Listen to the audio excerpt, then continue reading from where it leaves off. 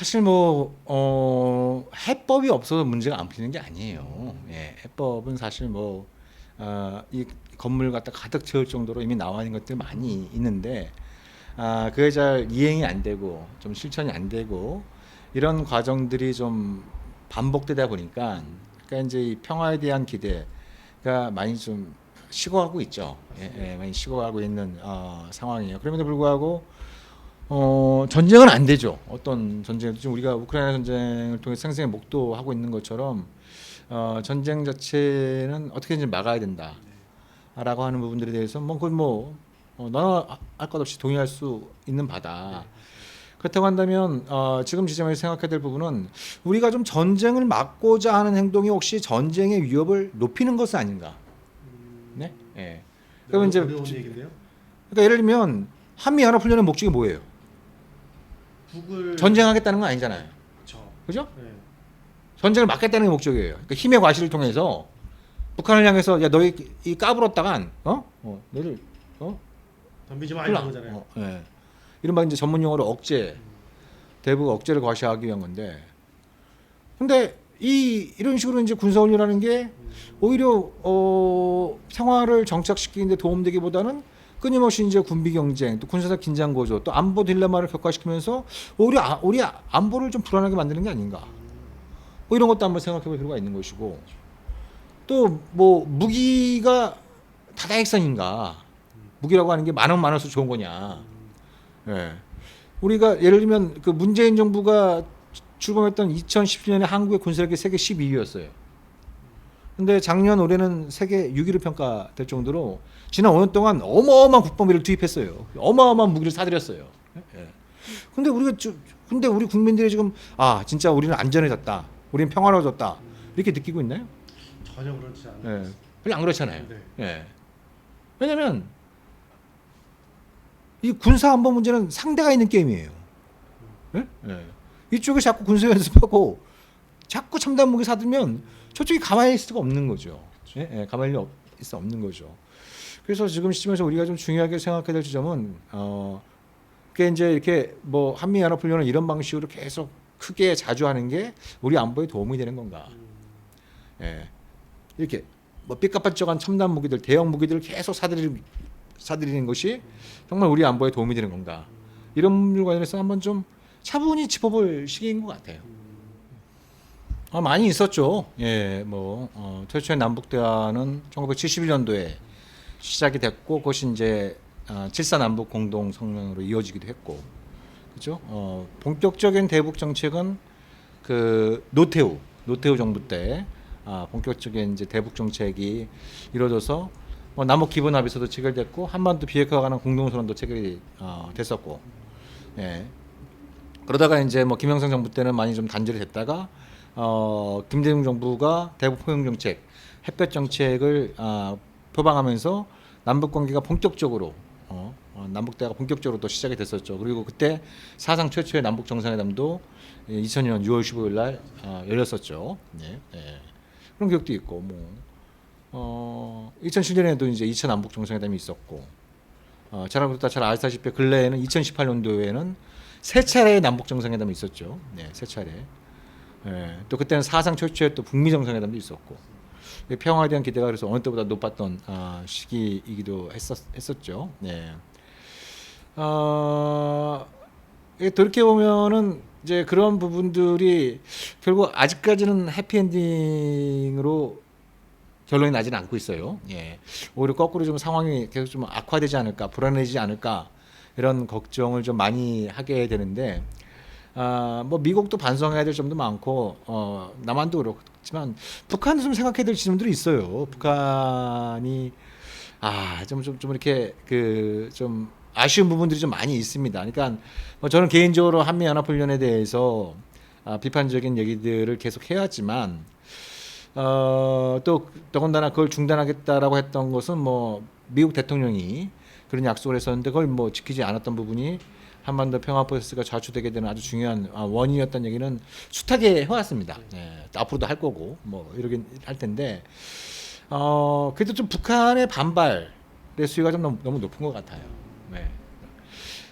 북한 스스로가 이제 뭐 전략 국가가 됐다. 그 누구도 넘볼 수 없는 이제 그 핵무력을 갖추게 됐다. 라고 하는데 이렇게 한미연합훈련에 대해서 여전히 이제 과거에 얘기했던 것처럼 뭐 북침 넘습이다. 조선반도의 정세를 격화시키는 아주 주범이다. 이런 식의 어떤 과거의 그 관성을 가지고 계속 비난을 하면서 대화를 거부하는 것 자체도 저는 좀 북한이 좀 성찰해야 될 부분이 아닌가, 반성해야 될 부분이 아닌가 그런 생각을 좀 동시에 갖고 있죠. 예. 이 전쟁이라는 것도 상호작용이지만 결국 평화도 상호작용이거든요. 상호작용 이라고 할 수 있는데 그런 부분들에 있어서는 뭐 그 한국이나 미국은 말할 것도 없고 북한 역시도 좀 아쉬운 부분들이 좀 있다. 뭐 이렇게 말씀을 좀 드리고 싶네요. 그러니까 지금 그 어제였죠. 7월 27일이 정전협정, 휴전협정 체결일이잖아요. 올해로 69년째입니다. 내년에 이제 70년째가 되고, 그러니까 전쟁도 아니고 평화도 아닌 상태가 지금 70년째 되고 있는 건 창피한 얘기죠. 부끄러운 현실입니다. 그래서 이 전쟁부터 좀 끝내자. 라는 게 뭐 종전선언 또 평화협정의 가장 기본적인 정신인 거죠. 네. 아니 전쟁을 끝내야 그 다음에 어떤 방식으로 좀 평화를 모색할지 본격적인 논의가 좀 가능하지 않겠어요? 예. 근데 이제 뭐 각국 정부 이 당국들은 이런저런 이유 때문에 이거에 대해서 좀 기피하고 있어요. 좀 이렇게 별로 적극적인 모습들을 잘 못 보니까 그러니까 이제 우리 그 민간이 나서서 종전평화 캠페인을 좀 병기하면서 내년 7월 27일 정전 70년이 되는 그날까지 전 세계 1억 명의 서명을 받아서 또 유엔 또 각국 정부에 전달하겠다. 이 세계 한국인들뿐만 아니라 세계 시민들의 의지가 이런 것이다라는 걸 보여주기 위해서 지금 활발하게 종전평화 캠페인을 전개를 하고 있죠. 그래서 여러분들께서도 그 한반도 종전평화 캠페인을 뭐 검색 엔진에서 찾아보시면 거기에 이제 설명할 수 있는 이런 방법들이 있으니까 그런 부분들도 좀 이렇게 지인들하고도 좀 많이 좀 나누면서 서명 운동에 동참해 주시면 좋을 것 같아요. 지금 한 13만 명 정도 되는 것 같은데 좀 창피하죠. 지금 2년이 지났는데 그래도 거꾸로 생각하면 상당한 성과이긴 한데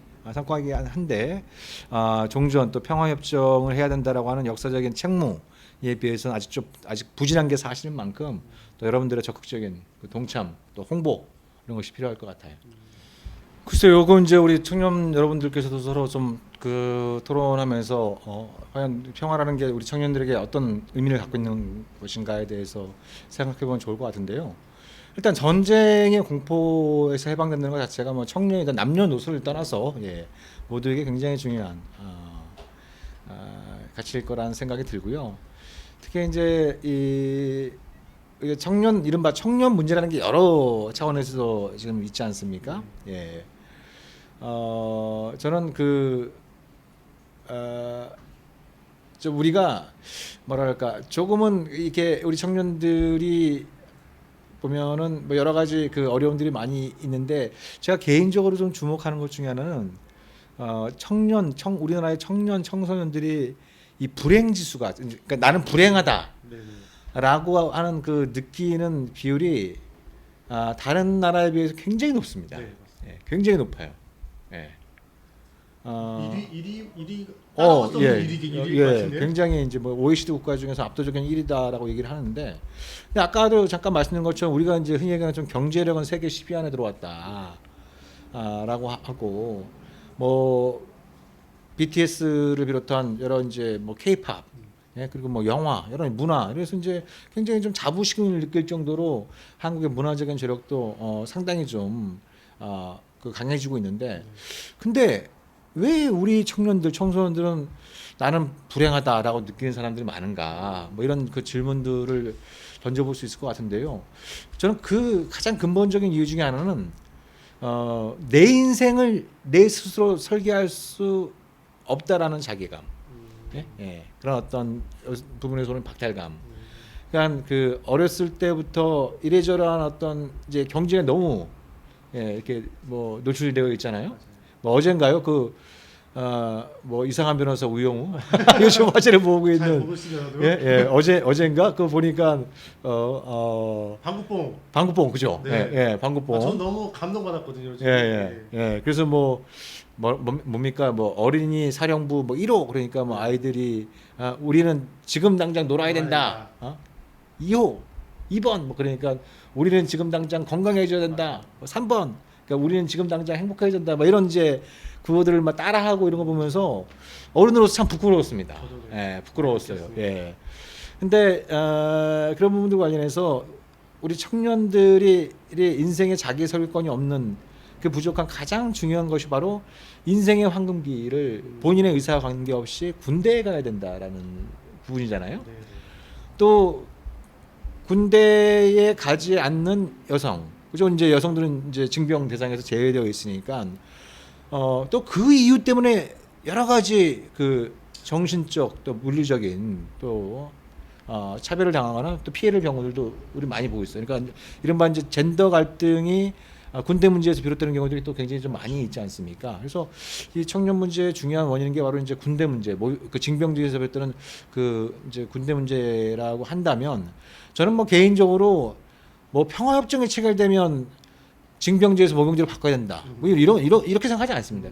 지금 당장 바꿔도 저는 아무 문제 없다고 생각해요. 예. 근데 이게 뭐 지금 당장 바꾸기 어렵다면 좀 시간을 가지고 예를 들면 뭐 징병제와 모병제를 좀 혼합하면서 과도기적인 과정을 거쳐서 몇 년에는 좀 이제 모병제로 전환하는 뭐 이런 부분들이 좀 공론화되었으면 하는 바람인데 뭐 선거 때 되면 잠시 얘기 나왔다가 선거 끝나면 또 흐지부지 되고 이런 게 20년 동안 좀 반복되고 있어요. 예. 이 사이에 뭐 청년 인구는 뚝뚝 떨어지고 있고, 그죠? 예. 뭐 그런 그 부분들이 있죠. 그러니까 모병제라고 하는 부분들이 그 자체로서도 큰 의미가 있지만 이게 어떻게 보면 남북 관계의 패러다임을 바꿀 수 있는 요소도 있어요.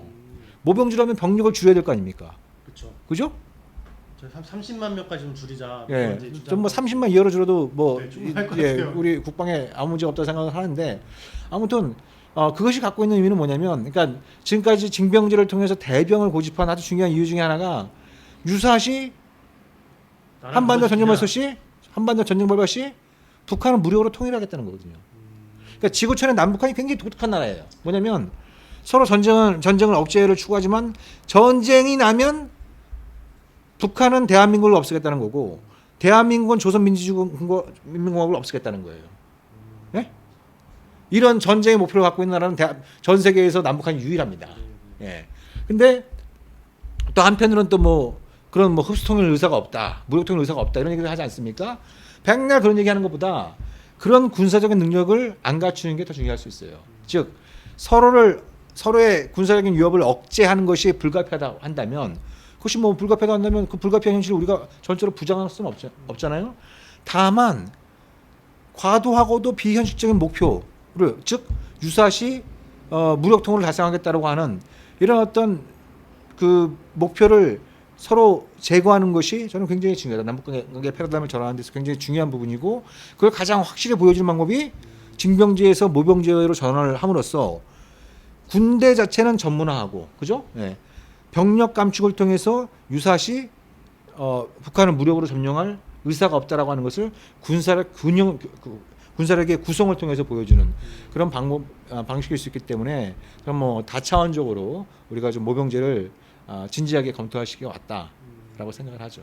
우리가 이제 모병제 이제 군대 문제 관련해서 뭐 여러 가지 관점에서 접근이 가능하겠죠. 특히 이제 우리가 뭐 부정할 수 없는 가치가 국가 안보이고, 국가 안보를 유지하기 위해서는 일정 정도의 군사력이 필요하고, 그죠? 예. 그 군사력을 유지하는 데서 그 병력은 굉장히 중요한 요소이고, 그 자체를 저는 뭐 부정하지는 않습니다. 부정하지는 않는데, 그렇지만 이제 지금과 같은 방식이 정말 국가 안보, 그죠? 국가 안보에서부터 개인의 행복에 이르기까지 이게 정말 도움이 되는 방식인가에 대해서는 다각도로 검토해야 될 시간이 이미 지났다. 이미 지났다라는 생각은 뭐 확고히 들고요. 그렇습니다. 그러니까 미국에서 그 1969년에 모병제 논의가 본격화돼서 1974년도에 모병제가 전격적으로 도입이 되는데, 그때 미국 내 논의 상황이 우리한테 시사하는 바가 커요. 예. 그때 미국에선 진보수가 따로 없었어요. 대체로 진보건 보수든 평화주의자건 전쟁주의자건 이제 모병제로 가야 된다라는 쪽에 대체로 공감대가 이루어집니다. 좀 이상하잖아요. 네, 그죠? 그때 더군다나 그때가 그때는 베트남 전쟁 때였거든요. 예, 뭐 우리하고 여러 가지 상황 다른 부분들이 있었지만 보수주자의 논리는 그거예요. 야, 개인의 선택을 왜 나라에서 이래라 저래라 하느냐. 군대를 가고 말고는 개인의 선택, 그죠? 그게 자유주의의 핵심이다. 그렇잖아요. 그렇죠. 예, 예. 미국식 자유민주가 제일 중요한 게 개인의 자유잖아요. 예? 예. 근데 인생의 가장 중요한 시기를 갖다가 국가에서 강제로 징집해서 데려가는 게 이게 무슨 뭐 자유주의 정신을 맞는 거냐. 그럼 보수주의적인 관점이 있었던 거예요. 예? 예. 그리고 60년대 미국에 또 이 경제적인 양극화, 불평등이 굉장히 좀 심각한 문제로 대두가 됐어요. 예? 대두가 되니까 그러니까 이제 그런 진보주의적에서 그런 생각을 하는 거죠. 아, 이 징병제 방식은 특히 가난한 사람들한테 기회비용이 훨씬 더 크다. 그죠? 네. 예를 들면 좀 저희 집이 어려워요. 저희 집이 이렇게 어려워서 제가 군대 가기 전에 여러 가지 뭐 이제 뭐 알바도 하고 여러 가지 이제 경제 활동을 통해서 집안의 가게를 돌봐왔단 말이에요. 근데 어느 날 군대 가게 돼요. 그죠? 예? 예. 그럼 보통 중산층이나 부유층이 입게 되는 타격에 비해서 훨씬 더 우리 집에는 더 큰 타격을 입게 되잖아요. 그렇잖아요. 예. 그런 문제들을 직시해야 된다. 그래서 한편으로는 그런 이유 때문에 군대에 안 가겠다는 사람의 의사도 존중하고 다른 한편 군대에 가겠다고 한다면 그에 걸맞는 경제적인 보상을 해주는 거예요. 예? 예, 예. 그러니까 뭔가 그 사회적인 불평등을 완화하는데 징병제보다 모병제가 훨씬 더 우월한 제도다라는 또 진보주의자의 주장이 있었던 거예요. 예? 예. 그런 부분들이 같이 있었는데 우리는 뭐 그런 미국에서 이미 수십 년 전에 그 거쳤던 논의를 우리는 거의 찾아볼 수가 없어요. 예. 거의 찾아볼 수 없는 뭐 이런 부분이어서 그런 것들이 좀 안타깝게 느껴지는 거죠. 예. 네, 약간 뭐 너무 늦어도 너무 늦었다. 네. 네. 아니 지금 땅 동안 인구가 뚝뚝뚝 줄고 있잖아요. 그렇죠. 예? 지금 군대를 그 인원수보다 더 사람이 적어서 예. 네, 줄여야 된다라고 하는 요구들이 그럼 어떻게 되겠습니까? 또 여성도 징집해야 된다는 얘기들이 막 또 되게 주장이 많이 또 강해지겠죠. 나오고 있습니다. 그럼 지금 또 복무기간을 다시 늘릴 수 있겠습니까? 맞습니다. 그러기는 힘들죠 또. 예? 예? 이거 되면 또 반발이 엄청 네. 강해질 거잖아요. 그렇죠. 그러면 복무 이른바 그 군 입대 자원을 갈수록 줄어드니까 지금의 이제 사병을 갖다 30만 원 유지하려면 계속 유지하려면 방법은 두 가지예요. 여성도 징집하든지 아니면 남성들의 복무 기간을 늘리든지. 재입대 얘기도 나오고 있어요. 예? 재입대 얘기. 시잖아. 별별 얘기 다 나오는데 이게 가능성이 있는 얘기냐는 거예요. 설사 그게 가능해진다고 하더라도 얼마나 심각한 사회적 비용을 치르겠어요. 예? 예. 그럴 바에는 정당한 보상을 주되 군대에 가고, 그러니까 누구든지 내가 가고 싶으면 갈 수 있는, 가야 되는 곳이 아니라 그 가고 싶어하는 사람들이 가게 되는 그런 군대를 만드는 게 굉장히 가성비가 뛰어난 방법이죠. 네. 경제적 측면에서도 이만한 게 없다. 네, 이야기를 해주신 것 같고요.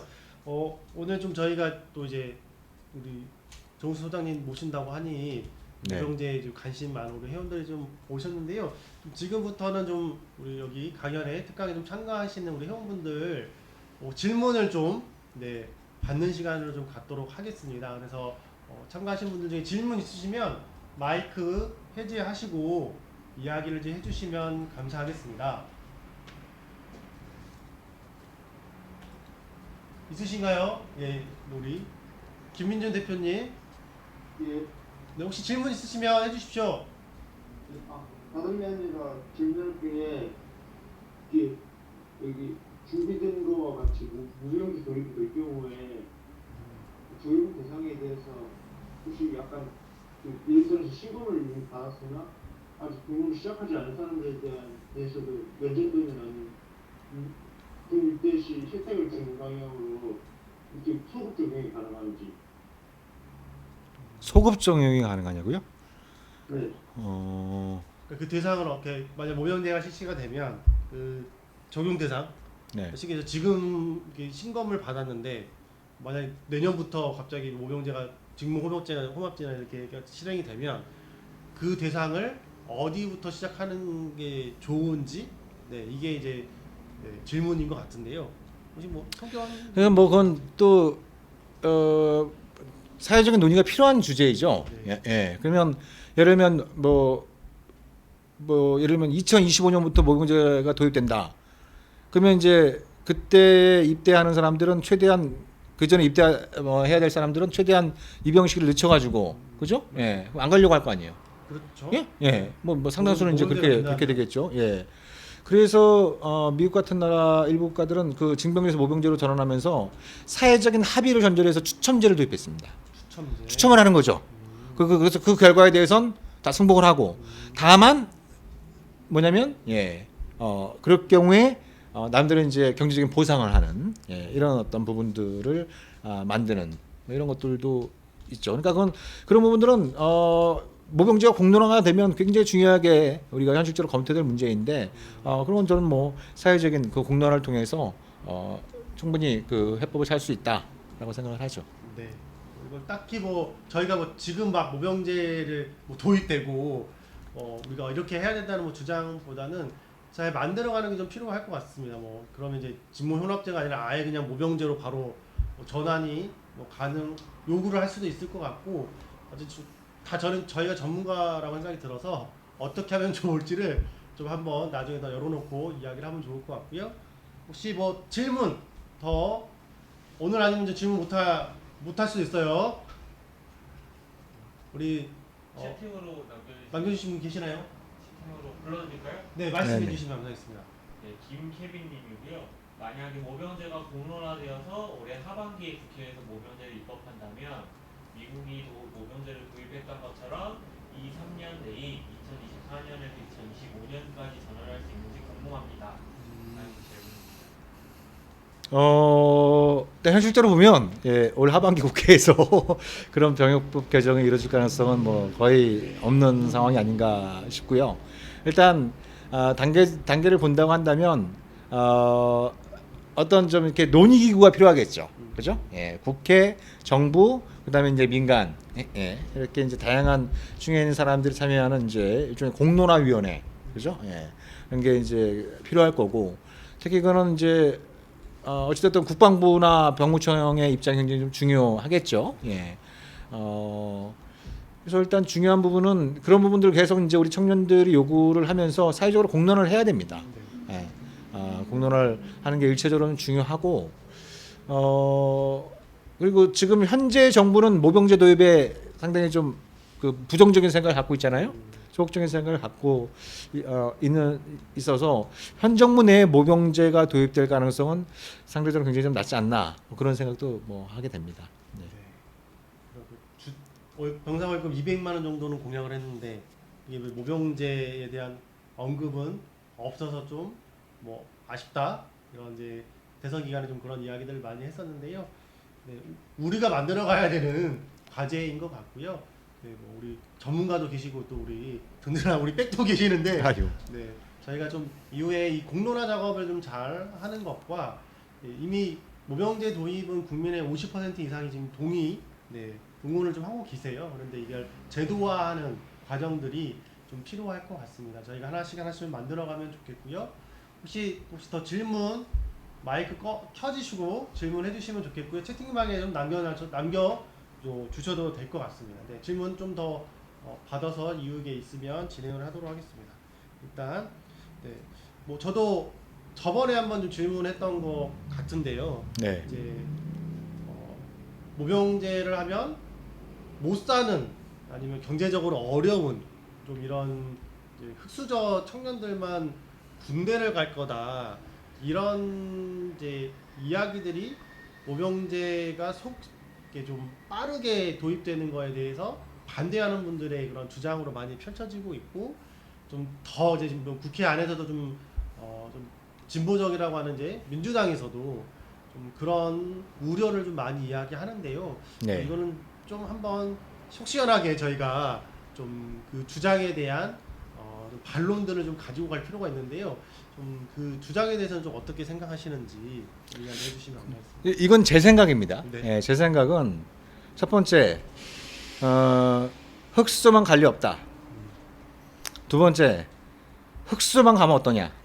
이 두 가지입니다. 첫 번째는 무슨 말씀이냐면 이제 뭐 다른 나라 특히 이제 미국의 사례를 보면 아까 말씀드린 것처럼 미국이 모병제를 도입한 배경 중에 하나는 이게 이제 빈부 갈등을 완화하는데 상대적으로 저소득 계층이 좀 많이 좀 군대에 가서 그죠? 그래서 이제 그것을 신분 상승의 계기로 삼고자 하는 그런 취지가 있었는데 근데 오히려 이제 시간이 지나면 지날수록 중산층하고 부유층의 비율들이 더 많아졌어요. 아 그래요? 예. 빈곤층보다. 그래서 오히려 그게 고민거리. 예. 예.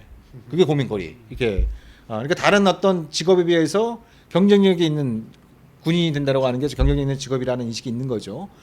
뭐 우리나라 같은 경우에도 구체적으로 이제 그 모병한 병사에 대해서 어떻게 대우를 할 것이냐에 대해서는 뭐 다각도로 검토가 필요하겠지만 뭐 제가 예전에 주장했던 것처럼 연봉이 한 3, 4천 정도 된다고 한다면 예, 그러면 제가 판단하기엔 적어도 적지 않은 사람들이 뭐 지원할 가능성이 높다 이런 생각을 갖게 되고요. 두 번째로 이제 말씀드렸던 흑수만 가면 어떠냐. 방금 전에 말씀드렸던 그런 취지입니다. 예. 그러니까 이게 갈수록 이 빈곤이 대물림되는 굉장히 좀 불행한 상황들이 벌어지고 있잖아요. 네네.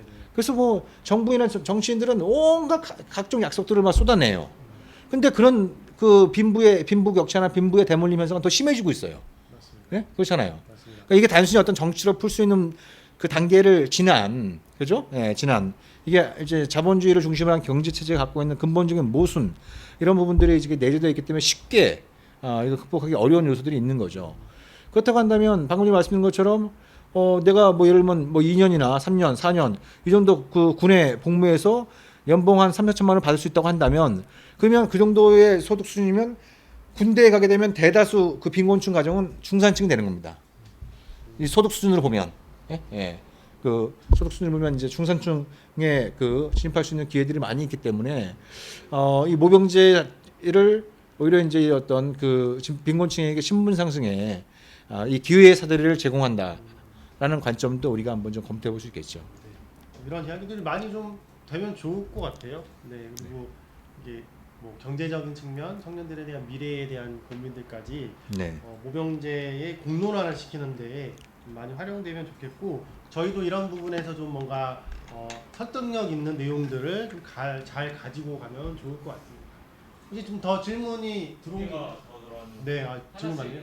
네, 하나씩 말씀해 주십시오. 네, 모병제를 실시하게 된다면 얻을 가장 큰 장점이나 이익은 무엇이라고 생각하시나요? 또한 모병제를 누가 가장 많이 반대할 것 같나요? 라는 질문. 모병제를 도입하면 가장 큰 장점은 아까 말씀드린 것처럼 우리 청년들이 우리 청소년들이 본인의 인생을 본인 스스로 설계할 수 있는 예? 그런 어떤 기회를 갖게 될 거다. 어떻게 보면 굉장히 당연한 권리거든요. 그렇죠. 당연한 권리인데 그걸 우리 청년이나 청소년들이 제대로 행사하지 못했기 때문에 저는 그것이 가장 중요한 장점이다. 예? 예. 내 인생은 내 스스로 설계해서 책임질 수 있다라고 하는 이 부분이 이제 좀 가장 중요한 장점이라는 생각이 들고요. 모병제 도입을 가장 반대하는 사람들은 아무래도 좀 군 수뇌부 아, 네. 분들이겠죠. 예. 아무래도 이제 모병제 도입을 통해서 병력이 감축되면 별자리가 줄지 않겠어요? 안 그래도 지금 이제 비정상적으로 이 작물 수가 많은데 병력이 줄어들게 되면 더 이상 이제 좀 그걸 버티기도 힘들어지는 측면이 있고 그리고 우리가 이제 뭐 여러 가지 이제 군대에서 사건 사고를 보게 되면 이 사병들을 갖다가 소모품 취급하는 이런 가형들을 많이 볼 수 있잖아요. 근데 직업인을 그렇게 상대하기는 어렵습니다. 강제로 징집된 사람을 대하는 이제 이 상관이 대할 때 강제로 징집된 얘는 어떤 선택 여지도 없어요. 예? 탈영을 했단 왜? 바로 잡혀갖고 이제 군 고도에서 가게 되는 것이고 그렇잖아요. 그 안에서 어떤 저항할 수 있는 방법 이런 게 없는 거예요. 네. 반면에 직업군인은 안 그렇죠. 그렇죠. 예? 직업군인은 안 그렇습니다. 그래서 이 직업군인을 대하는 태도 자체가 달라질 수밖에 없는 거죠. 그런 부분들도 우리가 좀 따져봐야 되는 문제일 것 같아요. 두 번째 질문. 네, 그 북한 점령을 전제하지 않는 모병제 군대를 꾸린다면 몇 명이나 되는 군인이 요구되고 구체적으로 계산하신 바가 있나요? 라는 질문이요. 그것도 뭐 여러 가지 그 얘기들이 있습니다만 예전에 그 한국과 미국의 국방연구소에서 한반도 유사시 북한을 안정화시켜서 군사적으로 점령하는데 몇 명의 그 지상군이 필요하냐, 육군이 필요하냐, 뭐 이런 어떤 연구 결과가 있었는데 그때 한 49만 명 정도 잡았어요. 예, 예. 여기다 이제 해군과 공군을 합치면 뭐 훨씬 더 이제 숫자가 많아질 텐데 그것을 뒤집어서 얘기하면 그죠? 뒤집어서 얘기하면 그 숫자보다 훨씬 더 줄이게 되면 예. 그게 지금 정확히 몇 만이다 이렇게 말씀드릴 수는 없습니다만 제 생각으로는 30만 이하로 좀 30만 그러면서 점점 줄여나간다고 한다면 적어도 병력수의 그 관점에서 볼 때는 북한에게 우리가 너희들을 무력으로 점령할 의사가 없어 이거를 갖다가 가장 확실히 보여줄 수 있는 방법일 것 같아요. 의지와 표현 이제 우리 그러니까 말로 하는 게 아니고 네, 행동으로 아까 말씀한 것처럼 보여주잖아요. 군사력의 구성을 바꿈으로써 그죠? 바꿈으로써 100마디 말보다 훨씬 더 효과적으로 북의 메시지를 전달하는 방법이 되겠죠. 네. 또 혹시 질문 들어왔나요? 맞습니까? 이 정도로 들어왔어요. 이거 마지막 질문으로 네, 좀 마지막 하시겠어요? 질문으로 예. 모병제를 개인의 투쟁을 통한 권리 쟁취 관점에서 접근하는 것으로 봐야 할지 아니면 개인 또는 모병제 단체들이 갖는 나름의 논리를 정치권에 판매하는 관점에서 접근해야 할지 여부에 대해 어떻게 생각하시는지 궁금합니다. 라는 질문입니다. 예. 보여드릴까요? 예. 이해했습니다. 이해했고 예. 질문이랑 그다음에 이건 나중에 네. 이건 뭐 이제 그 병역 거부와 관련된 주제일 수 있는 거죠. 개인의 선택은 결국 군대에 갈 것이냐, 병역을 거부할 것이냐 이런 차원의 문제이기 때문에 징병제라고 하는 그 거대한 제도를 모병제로 전환하는 문제는 뭐 개인의 선택만으로는 할 수 없는 일이 되겠죠. 그렇지만 이제 그런 개인들이 모여서 그죠? 집단을 형성하고 그 형성된 집단이 사회에 또 정치권에 또 언론계에 다양한 방면으로 이제 영향을 미침으로써 갖다 이제 공론화할 수 있는 그런 부분들이 있기 때문에 그런 문제의식 또 그런 의지를 갖고 있는 개인들의 연대가 굉장히 중요한 토대가 되겠죠. 네. 그런 측면에서 볼 때 이제 이런 그 모임을 통해서 또 특히 다양한 분들하고 좀 사람들 얘기를 많이 나눌 필요가 있어요. 모병제에 반대하는 사람들은 또 왜 반대하는지 이런 것들에 대해서 좀 얘기도 좀 많이 좀 들어보고 그럼으로써 이제 좀 더 이렇게 논리와 또 대안을 갖다 정교화시킬 수 있는 과정들을 밟아 나갈 수 있겠죠. 네. 네. 질문은 좀 나중에 스크립 해가지고 좀 주시면 좀 소장님한테 좀 다시 좀 전달할 수 있도록 하겠습니다. 모병제 관련된 질문까지 좀 쉼없이 좀 달려온 것 같은데요. 어려운 주제 좀 질문에 대해서 쉽게 자세히 설명해 주신 우리 정욱식 우리 소장님 너무 감사드리고요. 네. 평화를 만들어가는 우리 청년들에게 좀 마지막으로 좀 한마디 이야기해 주시면 감사하겠습니다. 네. 아무튼 저기 뭐 여러분들보다 좀 더 세상을 좀 많이 산 입장으로서 일단 굉장히 좀 죄송하고요. 미안하고 죄송하고 뭐 남북 관계도 그렇고 한반도 평화 더 나가서 이제 이 세계 질서 자체가 저보다는 여러분들이 앞으로 살아갈 날들이 더 많을 텐데 그죠? 이 어른들이 제대로 역할을 하지 못하고 더 큰 부담 또 더 큰 위험을 여러분들한테 전가하는 것 같아서 굉장히 좀 죄송하다는 생각을 먼저 말씀을 드리고 싶고요. 그럼에도 불구하고 이런 어떤 이제 모병제 또 한반도 평화를 위해서 뜻을 같이 하는 우리 청년들이 이런 형태로 해서 대화도 나누고 같이 모임도 하고 함께 실천 활동도 하는 이런 그 모습들에 대해서 존경과 감사의 마음을 담아서 박수를 쳐드리고 싶습니다. 네. 네, 감사합니다.